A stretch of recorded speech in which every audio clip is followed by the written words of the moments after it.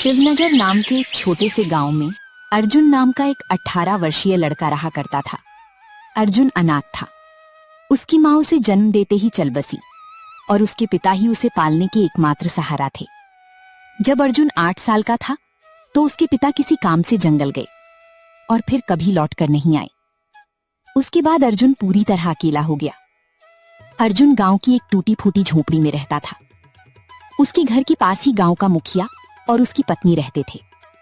उनकी अपनी कोई संतान नहीं थी, इसीलिए अर्जुन के माता पिता के गुजर जाने के बाद उन्होंने ही अर्जुन को पाला। ये लो अर्जुन बेटा, ये खाना खा लो और अगर कम पड़े तो मुझसे आकर ले लेना। अरे मौसी, मैं कब तक आपके ऊपर बोझ बनकर बैठा रहूंगा? अब तो मुझे शर्म आती है। अरे बेटा, ये तुम कैसी बातें कर रहे हो? अगर तुम हमारे अपने बच्चे नहीं हो तो इसका मतलब थोड़ी ना है कि तुम हम पर कोई बोझ हो। आगे से ऐसी बात मत करना, चुपचाप ये खाना खाओ। ये कहकर मुखिया की पत्नी सरला वहां से चली गई। अर्जुन ने आराम से खाना खाया। खाने के बाद जब वो झोपड़ी से बाहर निकला तो सामने ही मुखिया दिखाई दिए। अर्जुन ने उन्हें देखा और सीधे उनके पास जा पहुंचा। अर्जुन बेटा, खाना खा लिया है ना? जी मुखिया साहब, अभी अभी मौसी खाना देकर गई थी और मैं वहीं खाकर घर से निकला हूँ। हाँ, अच्छा किया। अब तुम बड़े हो गए हो बेटे, अपना ख्याल रखना सीखो। जी मुखिया जी, 8 वर्ष की उम्र से लेकर अब तक आप ही मेरा ख्याल रखते आए हैं, पर अब मुझे शर्म आने लगी है। अब मैं कुछ काम करना चाहता हूँ। इसमें शर्म की क्या बात है बेटा? हमने तो हमेशा तुम्हें अपना ही माना है। लेकिन अगर तुम्हारा मन फिर भी कुछ करने का है तो सुनो, गांव के पास वाला जंगल अब पहले जैसा खतरनाक नहीं रहा।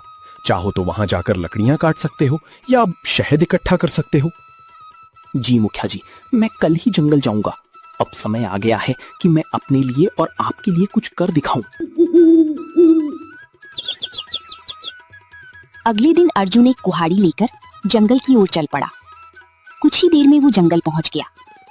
जंगल में कदम रखते ही उसने सोचा, कुछ भी कहो, मुखिया जी ने बचपन से लेकर अब तक मेरी बहुत मदद की है। अब समय आ गया है कि मैं अपने पैरों पर खड़ा होकर दिखाऊं और अब मैं उनकी सेवा करूं ताकि उन्हें अपनी संतान की कमी महसूस न हो और वे हमेशा खुश रहें। अभी अर्जुन ये सोच ही रहा था कि अचानक उसकी नजर एक कोयल पर पड़ी जो उसे बड़ी ध्यान से देख रही थी। अरे, ये कोयल मुझे इतनी गौर से क्यों देख रही है? इसका आकार तो बाकी कोयलों से बड़ा है और देखने में भी ये कुछ डरावनी लग रही है। अर्जुन ने अभी इतना ही कहा था कि तभी कोयल उड़ती हुई उसके पास आ गई और इंसानी आवाज में बोली, मैं तुम्हें भली भांति पहचानती हूँ। तुम्हारा नाम अर्जुन है और तुम रघुवीर के बेटे हो। कोयल को बोलती हुई देखकर अर्जुन बहुत डर गया और बोला, ये कैसे मुमकिन है? तुम तो कोयल हो, फिर इंसानी आवाज में कैसे बात कर रही हो? शायद ये मेरी आंखों का धोखा है। भला कोई कोयल इंसानों की तरह बोल सकती है? नहीं, ये तुम्हारी आंखों का धोखा नहीं है। मैं सचमुच बोलने वाली कोयल हूँ। असल में मैं भी कभी इंसान थी, लेकिन एक तांत्रिक ने मुझ पर श्राप दे दिया और मैं कोयल की शक्ल में बदल गई। मैं तुम्हारे पिता के रहस्यों के बारे में सब कुछ जानती हूँ। वे कुछ समय पहले जंगल गए थे और फिर कभी वापस नहीं आए। अरे, ना जाने कौन हो तुम। मैं ऐसे कैसे तुम्हारी बात पर विश्वास करूं? कभी सोचा है तुमने, तुम पिछले कई वर्षों से बिना पिता के रह रहे हो, लेकिन गांव में कोई भी तुम्हारे पिता के बारे में बात नहीं करता। तुम्हारी कोई मदद नहीं करता सिवाय तुम्हारे गांव की मुखिया के। लेकिन मैं तुम्हारे पिता के बारे में सब कुछ बता सकती हूँ। तुम्हारे पिता अभी जिंदा हैं और मुझे ये भी पता है कि वे कहाँ हैं। अच्छा, तो बताओ, मेरे पिता कहाँ हैं? मैं उनसे मिलना चाहता हूँ। मैं तुम्हें जरूर बताऊंगी, मगर उससे पहले तुम्हें मुझे इस श्राप से मुक्त कराना होगा। अर्जुन को ना जाने क्यों उस कोयल से डर महसूस होने लगा। अरे, मुझे तो लगता है कि ये कोई राक्षस है जो मुझे अपने जाल में फंसा रहा है। इससे पहले कि ये मुझे नुकसान पहुंचाए, मुझे यहाँ से भागना होगा। ये सोचते ही अर्जुन तेजी से गांव की ओर दौड़ पड़ा और कुछ ही पलों में अपने घर पहुंच गया। घर पहुंचकर अर्जुन हाफते हुए बोला, अरे बाप रे, ये जंगल तो बहुत खतरनाक है। यहाँ तो जानवर भी इंसानों की तरह बातें करते हैं। मुझे तो लगता है कि वो जरूर कोई राक्षस था। मैं अब कभी उस जंगल में नहीं जाऊंगा। अभी अर्जुन ये सोच ही रहा था कि उसी समय मुखिया की पत्नी उसके लिए खाना लेकर आ गई। और अर्जुन को घबराया हुआ देखकर वो बोली, अरे अर्जुन बेटा, ये घबराई हुई क्यों हो? और तुम्हें पसीना भी आ रहा है, सब खैरियत तो है ना? कुछ नहीं मौसी, बस थोड़ा सा सिर दर्द हो रहा था। अरे बेटा, अगर तबीयत ठीक नहीं है तो काम मत करो। लो, पहले ये खाना खा लो और थोड़ा आराम कर लो। अर्जुन ने मौसी से सरदर्द का बहाना बनाकर सच्चाई छिपा ली। मौसी ने ज्यादा सवाल नहीं किए, बस खाना उसके हाथ में दिया और धीरे से कमरे से बाहर चली गई। अर्जुन ने खाना खाया और सो गया। अगली सुबह जब अर्जुन नींद से जागा तो उसके मन का डर समाप्त हो चुका था। वो अपने आप से बोला, अरे शायद मैं कल उस कोयल को बातें करती देखकर कुछ ज्यादा ही डर गया था, लेकिन अगर सोचूं तो उसकी बातों में सच्चाई नजर आती है। वो कोयल मेरे पिताजी के बारे में जरूर कुछ जानती है, और ये भी सच है कि गांव में कोई मेरे पिताजी के बारे में बात नहीं करता। जब भी मैंने मुखिया जी से अपने पिताजी के बारे में पूछा, उन्होंने हमेशा बात टाल दी। बस इतना ही कहा कि मेरी माँ जन्म देती ही चल बसी और मेरे पिताजी कई साल पहले जंगल गई थी, जो फिर कभी वापस नहीं आए। मुझे उस जंगल में जाना चाहिए और उस कोयल को ढूंढकर अपने पिताजी के बारे में पूछना चाहिए। ये कहकर अर्जुन जंगल की ओर चल पड़ा और कुछ ही देर में वो जंगल के उसी स्थान पर जा पहुंचा जहां कल उसे वो कोयल मिली थी। वो कोयल वहां पहले से ही मौजूद थी और अर्जुन को देखकर उड़ती हुई सीधा उसके पास आ गई। मुझे पता था कि तुम जरूर आओगे, क्योंकि तुम भी अपने पिताजी रघुवीर की तरह ही बहादुर हो। मैं सिर्फ इसी वजह आया हूँ क्योंकि मुझे अपने पिताजी से मिलना है। तुम कह रही थी कि तुम मेरे पिताजी के बारे में जानती हो, तो बताओ मेरे पिताजी कहाँ हैं? मुझे उनसे मिलना है। कल मैंने कहा था कि इसके लिए पहले तुम्हें मुझे इस श्राप से मुक्त कराना होगा, लेकिन तुम चिंता मत करो, मैं तुम्हारी मदद करना चाहती हूँ। तुम मुझे अपना दोस्त समझो। मैं जानती हूँ कि तुम बचपन से ही गरीबी से जूझ रहे हो और कभी कभी इस बात पर तुम्हें शर्म भी आती है। ये सुनकर अर्जुन उदास होकर बोला, हाँ, तुम बिल्कुल सही कह रही हो।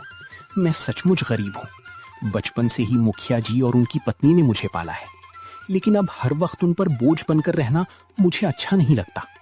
मैं चाहता हूँ कि अब मैं खुद कमाऊं ताकि वे दोनों चैन से बैठकर खाएं और खुश रहें। अगर तुम चाहो तो मैं तुम्हें धन कमाने का रास्ता दिखा सकती हूँ। अच्छा, मगर वो कैसे? तुम मेरी मदद कैसे कर सकती हो? मैं इस जंगल के सारे रहस्यों को जानती हूँ। आओ मेरे साथ चलो। ये कहकर कोयल उड़ चली और अर्जुन उसके पीछे पीछे चल पड़ा। चलती चलती कोयल अर्जुन को एक गुफा के अंदर ले गई। उस गुफा के बारे में किसी को कुछ पता नहीं था, क्योंकि ये जंगल पहले बहुत खतरनाक माना जाता था। इसीलिए लोग इस जंगल में आना पसंद नहीं करते थे। गुफा के अंदर जाते ही अर्जुन की नजर एक बक्सी पर पड़ी। अरे, इस बक्से में क्या है? मैं अभी इसे खोलकर देखता हूँ। जब अर्जुन ने उस बक्से को खोला तो उसमें बेहिसाब हीरे जवाहरात निकले। उन्हें देखकर अर्जुन हैरानी से बोला, अरे बाप रे, इस बक्से में तो ढेर सारे हीरे जवाहरात हैं। ये सब सामान किसका है? तुम पहले धनवान बनो, फिर मैं तुम्हें बताऊंगी कि मैं इस श्राप से कैसे मुक्त हो सकती हूँ। और जब तुम मुझे इस श्राप से आजाद कर दोगी तो मैं तुम्हें तुम्हारे पिताजी से मिलवाऊंगी। मुझे पता है कि वे कहाँ हैं। उस दिन का तो मुझे बेसब्री से इंतजार रहेगा। लेकिन एक बात याद रखना, मेरे बारे में किसी को कानो कान खबर नहीं होनी चाहिए। अगर किसी को पता चल गया तो तुम्हारे लिए अपने पिताजी से मिलना मुश्किल हो जाएगा। अर्जुन वो बक्सा उठाकर अपने घर की ओर चल पड़ा। घर पहुंचकर उसने बक्सा एक तरफ रख दिया। इतने में मुखिया और उनकी पत्नी अर्जुन के लिए खाना लेकर आए। जब उन्होंने एक तरफ रखा हुआ बक्सा देखा तो मुखिया ने अर्जुन से पूछा, अर्जुन बेटा, ये बक्सा कहाँ से आया और इसमें क्या है? मुखिया के पूछने पर अर्जुन को कुछ समझ नहीं आया कि वो मुखिया साहब को क्या जवाब दे। इतने में सरला ने बक्सा खोला और उसमें कीमती हीरे और जवाहरात देखकर बोली, अर्जुन बेटा, तेरे पास ये इतनी हीरे और जवाहरात कहाँ से आई? अर्जुन उन्हें सब कुछ सच बता देता, लेकिन वो कोयल की बातें याद कर रहा था जिसने उसे सख्ती से मना किया था। इसलिए उसने कुछ और ही बता दिया। मौसी, मैं जंगल में लकड़ियां काटने गया था। लकड़ियां काटते काटते मैं काफी आगे निकल गया और वहां मुझे एक गुफा दिखाई दी। जब मैं उस गुफा के अंदर गया तो वहां मुझे ये बक्सा दिखाई दिया। मैंने उसे वहीं से उठाया और घर ले आया। अर्जुन, तुमने ये ठीक नहीं किया। हो सकता है ये सारे हीरे जवाहरात बादशाह के हों।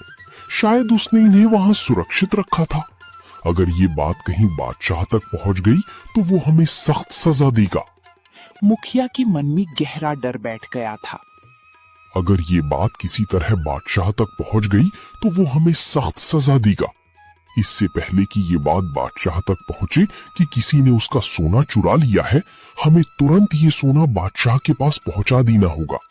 मुखिया की बातें सुनकर अर्जुन ने सोचा, अब मुखिया जी को कैसे बताऊं कि ये हीरे और जवाहरात बादशाह की नहीं है। ये तो मुझे वही कोयल ने दिए हैं। लेकिन अगर मैंने मुखिया साहब को कोयल के बारे में बता दिया तो मेरे लिए अपने पिताजी से मिलना मुश्किल हो जाएगा, और मेरे लिए इन हीरे और जवाहरात से ज्यादा अपने पिताजी से मिलना जरूरी है। अर्जुन के लिए इन हीरे और जवाहरात से ज्यादा अपने पिताजी से मिलना जरूरी था। इसलिए वो मुखिया के कहने पर बादशाह को हीरे और जवाहरात देने के लिए राजी हो गया। ठीक है मुखिया साहब, जैसा आप कहें, हम अभी ये बक्सा बादशाह को दियाते हैं। ये कहकर अर्जुन ने वो बक्सा अपने सर पर उठा लिया। फिर वो और मुखिया बादशाह की ओर चल पड़ी और कुछ ही देर में भी बादशाह के दरबार में दाखिल हो गई। बादशाह के सामने बक्सा रखकर मुखिया ने कहा, बादशाह सलामत, ये लड़का मेरा पड़ोसी है। ये लकड़ियां काटने जंगल गया था और वहां एक गुफा में इसे ये हीरे जवाहरात का बक्सा मिला। हमें शक हुआ कि शायद ये आपका ही है, इसलिए हम इसे फौरन आपके दरबार में ले आए हैं। ये सब सुनकर बादशाह के दिल में लालच जाग उठा, क्योंकि वो जानता था कि ये बक्सा उसका नहीं है। लेकिन इतने कीमती हीरे जवाहरात देखकर उसके मन में ये ख्याल आया, ये हीरे जवाहरात असल में मेरे नहीं हैं, मगर जब ये किस्मत से मेरे पास आ ही गए हैं तो मैं इन्हें बेकार क्यों जाने दूं।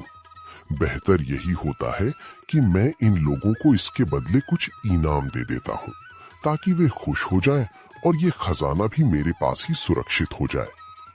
ये सोचकर बादशाह ने उनसे कहा, हाँ, ये बक्सा मेरा ही है। मैंने ही इसे वहां सुरक्षित किया हुआ था, लेकिन तुम दोनों ने ईमानदारी से ये संदूक मेरे दरबार में लाकर बहुत अच्छा किया है। मैं तुम्हारी इस सच्चाई से खुश हूँ, इसलिए तुम्हें इनाम दिया जाएगा। ये कहकर बादशाह ने अपने सिपाहियों से कहा, सिपाहियों, ये संदूक इनसे ले लो और खजाने में रख दो। और हाँ, इन्होंने ईमानदारी का सबूत दिया है, इसलिए मेरे खजाने से इन्हें इनाम के तौर पर कुछ धन दे दिया जाए, ताकि ये खुश भी हो जाएं और दूसरों के लिए एक मिसाल भी बने। सिपाहियों ने बादशाह के आदेश पर उनसे वो संदूक ले लिया और उसके बदले इनाम के तौर पर उन्हें कुछ धन दे दिया। मुखिया वो रकम पाकर बहुत खुश था, मगर अर्जुन का दिल बेचैन था। उसे अच्छी तरह मालूम था कि बादशाह झूठ बोल रहा है, लेकिन वो कुछ कह नहीं सकता था, क्योंकि कोयल ने उसे अपनी सच्चाई बताने से मना किया था। अर्जुन को डर था कि अगर उसने सच बता दिया तो उसका अपने पिताजी से मिलना मुश्किल हो जाएगा। अर्जुन के लिए दौलत से बढ़कर अपने पिताजी से मिलना जरूरी था, इसीलिए वो चुप रहा और फिर दोनों इनाम की रकम लेकर अपने घर की ओर चल पड़े। अर्जुन मुखिया के साथ उसके घर चला गया और घर पहुंचकर उसने अपनी रकम भी मुखिया को दी और कहा, मुखिया जी, ये रकम भी आप ही रख लीजिए। आपने हमेशा मेरी देखभाल की है और मुझे खुशी है कि ये रकम आपके काम आएगी। मुखिया को वो रकम देकर अर्जुन वहां से चला गया और अगले दिन सुबह होते ही अर्जुन फिर से जंगल की ओर चल पड़ा और कुछ ही देर में वो जंगल की उसी जगह पहुंच गया जहां उसे वो कोयल मिली थी। तभी वहां एक साधु आ पहुंचा जो एक बरगद के नीचे बैठा था।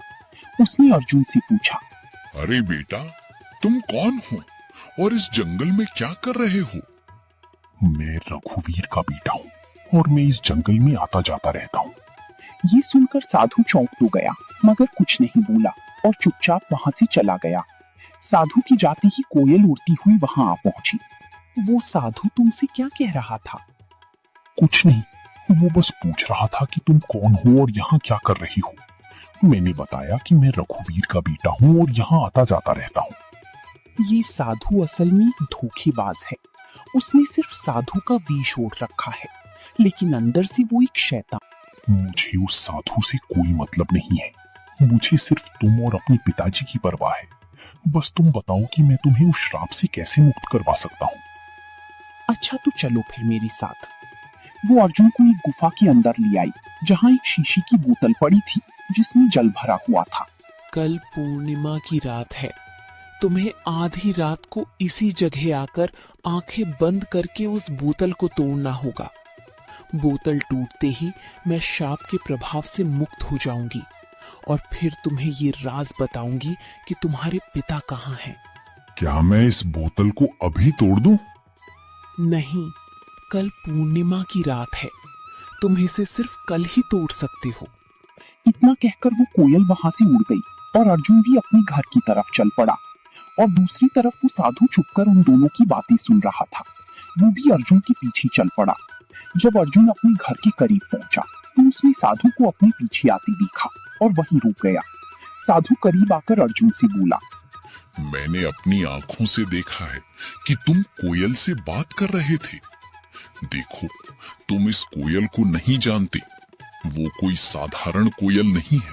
मैं सब जानता हूँ, लेकिन वो कोयल मेरे पिताजी के बारे में जानती है और मैं किसी भी कीमत पर अपने पिताजी को पाना चाहता हूँ। तुम्हारे पिताजी अब इस संसार में नहीं रहे। वो कोयल तुम्हें फंसाकर श्राप से मुक्ति पाना चाहती है। ये सुनकर अर्जुन क्रोधित हो गया। अरे साधु महाराज, मैं साधुओं का सम्मान करता हूँ, मगर तुम्हारे जैसे पाखंडी साधुओं का नहीं। याद रखो, इसके आगे मैं एक भी शब्द बर्दाश्त नहीं कर सकता। बेहतर है चुपचाप यहाँ से निकल जाओ। साधु कुछ कहने ही वाला था कि अर्जुन ने उसे धक्का दे दिया और कहा, चले जाओ वरना तुम्हारे लिए अच्छा नहीं होगा। ये कहकर अर्जुन अपने घर चला गया। और दूसरी तरफ मुखिया और उसकी बीवी जब अपने घर से निकले तो उनकी नजर साधु पर पड़ी। वे दोनों साधु के पास आए और मुखिया ने साधु से कहा, अरे साधु महाराज, आप यहाँ क्या कर रहे हैं? मैंने अर्जुन को सच्चाई बताने का प्रयास किया, लेकिन वो सुनने को तैयार ही नहीं हुआ और वो उस कोयल को श्राप से मुक्त करवाना चाहता है। अगर वो कोयल अपने श्राप से मुक्त हो गई तो गांव में तबाही आ जाएगी। गांव का एक भी व्यक्ति जीवित नहीं बचेगा। हाँ, बिल्कुल सही, लेकिन अर्जुन सुनने के लिए तैयार ही नहीं है। साधु महाराज, आप चिंता मत करें, मैं अभी अर्जुन को समझाता हूँ। ये कहकर मुखिया उसी वक्त अर्जुन के घर गया और घर जाकर अर्जुन से कहा, अर्जुन, ये मैं क्या सुन रहा हूँ? तुम जंगल में किसी कोयल से मिलते हो जो इंसानों की तरह बातें करती है। क्या तुम्हें ये अजीब नहीं लगा कि एक कोयल इंसान की तरह कैसे बोल सकती है? ओह, तो आपको पता चल गया।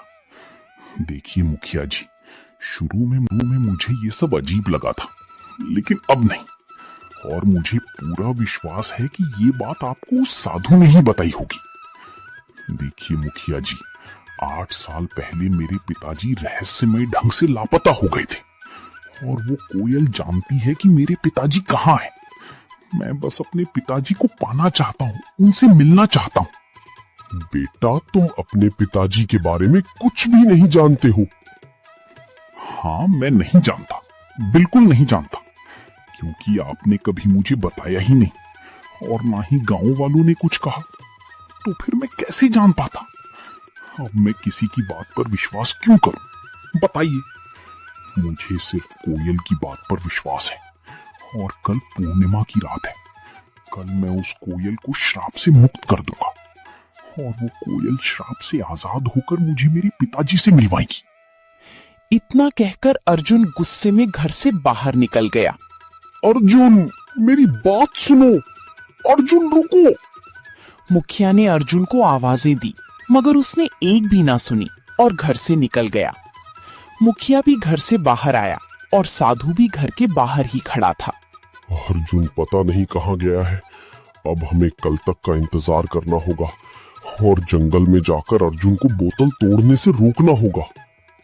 अगली रात साधु मुखिया को लेकर जंगल में उस गुफा के पास ले गया और कहा, यही वो गुफा है जहां वो बोतल पड़ी है जिसमें उस डायन कोयल की शक्तियां हैं। अर्जुन यहाँ आता ही होगा। हम एक तरफ छुप जाते हैं। ये कहकर वे दोनों गुफा की एक तरफ छुप गए और उसी वक्त अर्जुन वहां आ जाता है। अर्जुन को देखकर वो कोयल उड़ती हुई अर्जुन के पास आई और बोली, यहाँ साधु और मुखिया आए हैं। वे गुफा के एक तरफ चुपचाप खड़े हैं। वे तुम्हें इस बोतल को तोड़ने से रोकेंगे, पर तुम उनकी बात मत मानना। अगर तुम उनकी बात मान लो तो तुम कभी अपने पिताजी से नहीं मिल पाओगे। नहीं, मैं उनकी बात नहीं मानूंगा। ठीक है, तो तुरंत जाओ, वो बोतल उठाकर ले आओ और उसे तोड़ डालो। अर्जुन जल्दी से गुफा के अंदर गया और वो बोतल उठा लाया। जैसे ही वो उस बोतल को तोड़ने लगा तो साधु और मुखिया वहां आ गए। अर्जुन रुको, इस बोतल को मत तोड़ो, तुम बहुत बड़ी गलती कर रहे हो। नहीं, मुझे किसी भी हाल में अपने पिताजी से मिलना है।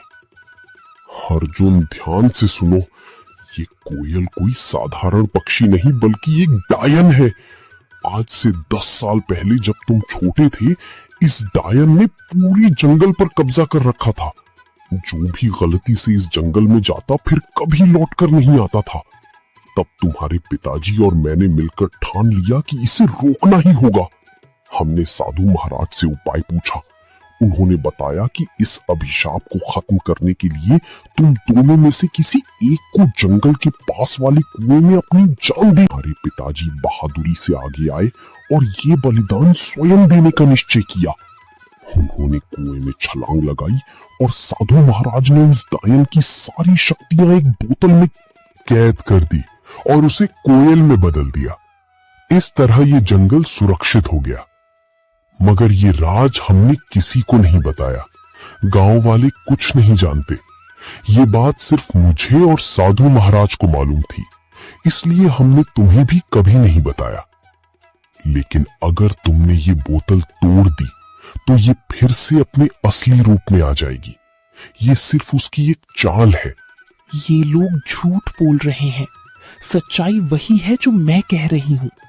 अगर मेरे मन में कोई चाल होती तो मैं तुम्हारी मदद क्यों करती? क्या गांव वालों ने कभी तुम्हारी मदद की? नहीं। तुम्हें धन, सामान, हीरे, मोती सब मैंने दिए। अब मैं तुम्हें तुम्हारे पिताजी से भी मिलवा रही हूं। अर्जुन भ्रम में पड़ गया और उसने वो बोतल जमीन पर फेंककर तोड़ दी। फिर अचानक वो कोयल एक डायन के रूप में आ गई। अर्जुन, तुमने मेरा बड़ा काम आसान कर दिया। अब मैं आजाद हूं और अब तुम सबकी शामत आ गई है। आज मैं तुम में से किसी को भी जिंदा नहीं छोड़ूंगी। अर्जुन, तुमने बहुत बड़ी गलती कर दी है। अब ये डायन हमें किसी भी हाल में जिंदा नहीं छोड़ेगी। मुझे माफ कर दीजिए मुखिया साहब, मैं उसके बहकावे में आ गया था। क्या अब इसका कोई हल नहीं बचा? इसका बस एक ही हल है कि हमें तुरंत उस कुएं के पास जाना होगा। ये कहकर वे तीनों कुएं की ओर भागे और वो डायन भी उनके पीछे आ गई। वहां पहुंचकर साधु ने कहा, अगर तुम इस डायन से छुटकारा पाना चाहते हो तो तुम दोनों में से किसी एक को उसी कुएं में छलांग लगाकर अपनी कुर्बानी देनी होगी। साधु की बात सुनकर अर्जुन तुरंत बोला, ये मुसीबत मैंने खुद मोल ली है, इसलिए इससे मुक्ति भी मैं ही दिलवाऊंगा। ये कहकर अर्जुन ने कुएं में छलांग लगा दी और अपनी जान कुर्बान कर दी। साधु ने तुरंत डायन को फिर से एक कोयल के रूप में बदल दिया, मगर इस बार उसके पास इंसानों की तरह बोलने की शक्ति भी नहीं रही। मुखिया को अर्जुन के जाने का बहुत दुख था, मगर वो क्या कर सकता था। इसलिए वो घर लौट आया और धीरे धीरे फिर से हंसी खुशी जीवन बिताने लगा।